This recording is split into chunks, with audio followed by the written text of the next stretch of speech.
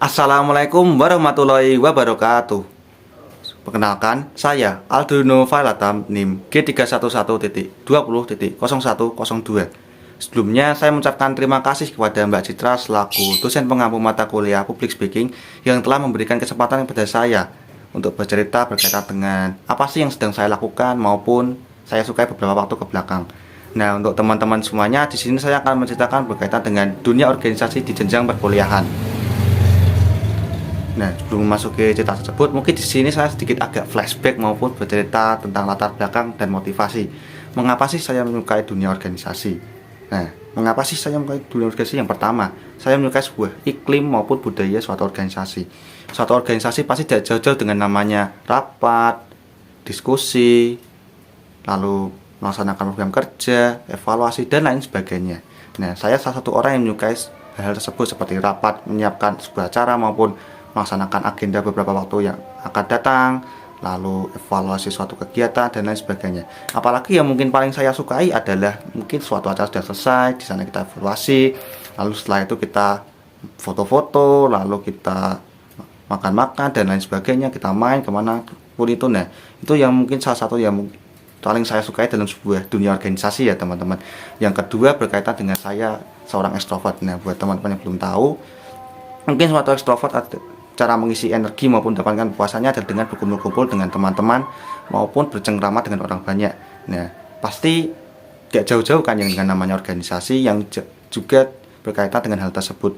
Nah, saya menyukai hal tersebut karena ingin saya mendapatkan kesenangan ya, maupun kayak rasa have fun aja gitu, kumpul dengan teman-teman, bercanda, berdiskusi, lalu rapat dan merencanakan sebuah acara dan lain sebagainya. Nah, mungkin itu berkaitan dengan dua motivasi saya yang mengikuti dunia organisasi. Dan untuk teman-teman semuanya yang mungkin belum tahu, sekarang saya sedang aktif suatu organisasi di mana yaitu organisasi tersebut adalah Himpunan Mahasiswa Jurusan Ilmu Komunikasi Universitas Semarang atau lebih sering disebut dengan Himalika USM. Nah, buat teman-teman yang belum tahu, apa sih itu Himalika USM? Himalika adalah suatu organisasi yang bergerak di tingkat jurusan di mana sebagai menjadi wadah pemersatu pengampung aspirasi serta pengembangan potensi mahasiswa ilmu komunikasi Universitas Semarang baik di bidang akademik maupun non-akademik. Nah, dalam suatu organisasi tersebut saya dipercaya menduduki suatu peran sentral ya buat teman-teman yang belum tahu. Nah, dalam menjalankan organisasi tersebut juga saya menerapkan dua prinsip yang penting dalam sebuah organisasi, yaitu prinsip kinerja maupun keluarga. Suatu organisasi pasti memiliki sebuah sistem di mana terdapat sebuah struktural maupun divisi-divisi. Suatu sistem tersebut pasti perlu dibentuk untuk mencapai suatu tujuan bersama maupun visi misi bersama.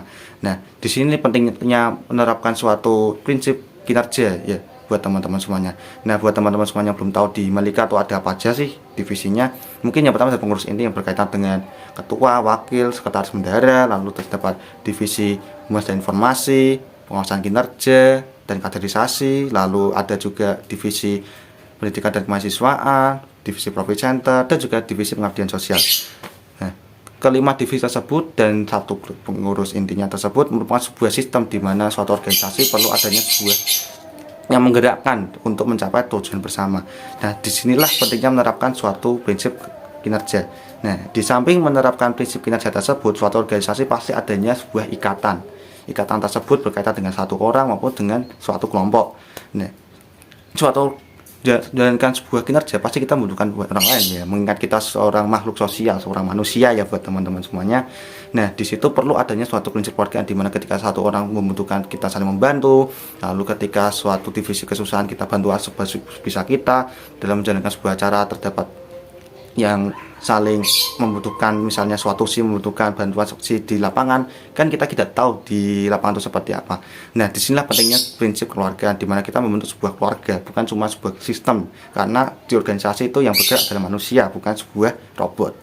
Nah, buat teman-teman semuanya yang masih berpikiran terkait mengapa sih ikut dunia organisasi, nambah pemikiran tok, nambah beban pikiran, nambah pengeluaran berkaitan dengan kas ya buat teman-teman yang belum tahu. Nah, mungkin teman-teman semuanya mungkin memandang dari sisi yang berbeda. Mungkin di sini saya membuat sebuah pandangan baru. Mungkin di organisasi kita di situ belajar bersama, di mana kita saling belajar mengenai bentuk sebuah sistem, lalu juga bentuk sebuah keluarga. Seperti yang saya jelaskan seperti tadi. Nah, Di organisasi juga mendapatkan beberapa benefit kok, nggak cuma kita kumpul bayar kas Bali, ora, nggak seperti itu buat teman-teman semuanya. Di suatu organisasi kita mendapatkan beberapa benefit. Yang pertama berkaitan dengan relasi. Suatu organisasi pasti berkaitan dengan banyak orang, apalagi suatu organisasi tersebut berhubung dengan banyak organisasi. Nah, di organisasi tersebut kita mendapatkan banyak teman, entah itu dari sesama angkatan, beda jurusan, beda kampus mungkin, atau bahkan beda daerah. Ya kan kita tidak tahu di mana.